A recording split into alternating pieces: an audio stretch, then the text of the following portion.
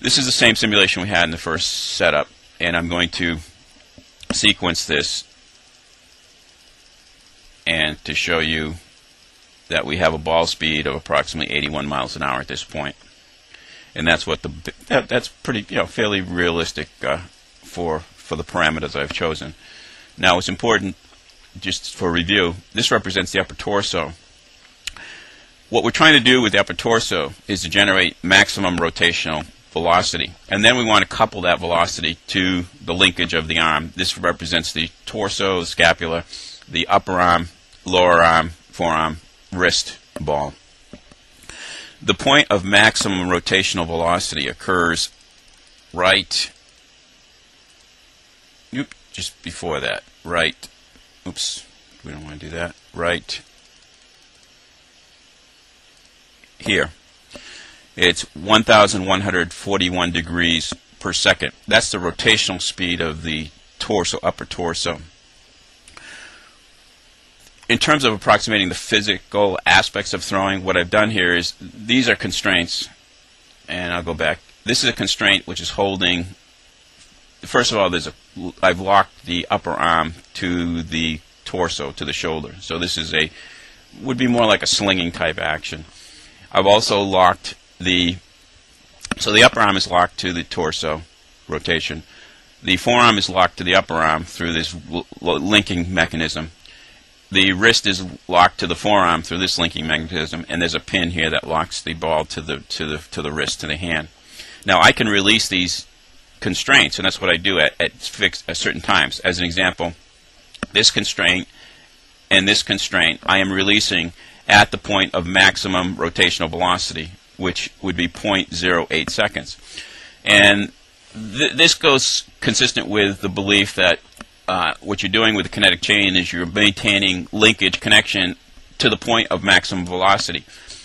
The problem with that is that works fine for active components. In other words, if you have active muscle contractions going on between the body parts, and we're talking primarily about the larger body parts, like the action between the shoulders and the hips and the muscles that connect those in terms of connecting at maximum velocity.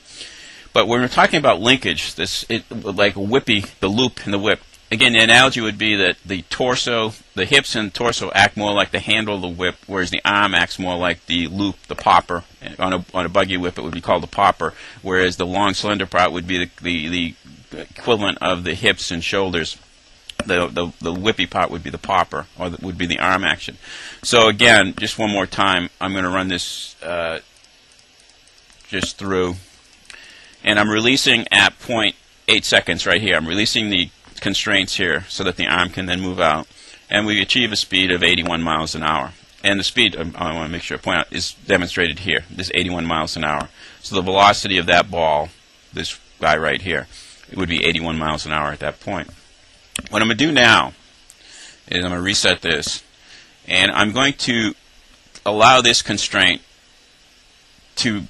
I'm not going to put a constraint between the upper arm and the forearm. I'm going to make that constraint go away, and so that the arm can just do what it's going to do at this point. This would be the same position as a laid-back forearm at the maximum external rotation of the shoulder.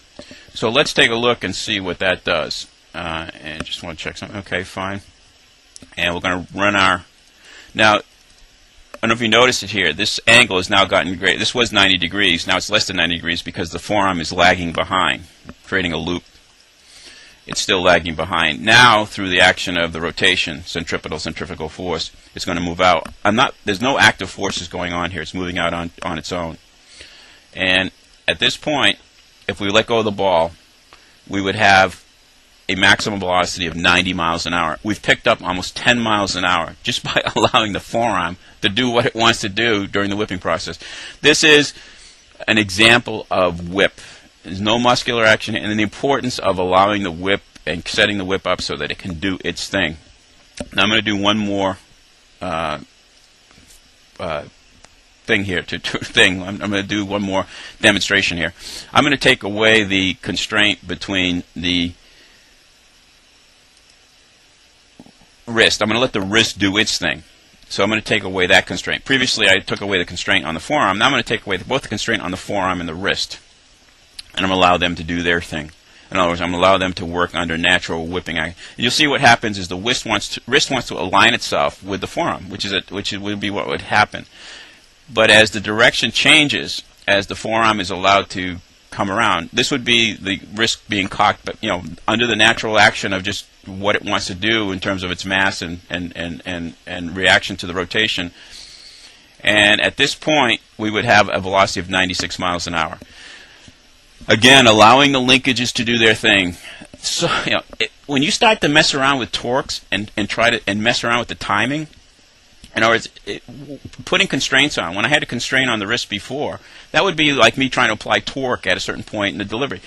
Whipping is whipping. This is why players who throw hard look like they are free and easy, because they allow the body parts. When you see these, scouts want a player who doesn't look like he's throwing hard. Well, a player who doesn't look like he's throwing hard is allowing nature to work for him. In other words, he's generating rotational velocities, and he's putting his arm in the right position so that it can allow it to whip to create maximum throwing capability. So I think point here is the whip is the whip is the whip. The more that we try to interfere muscularly, the more potential there is to cause problems. So hopefully you can appreciate. And appreciate's not the right word, but hopefully this makes some sense to you, and it gives you a better understanding, a better appreciation for the intricacies involved with activities such as swinging and throwing. Next page, please.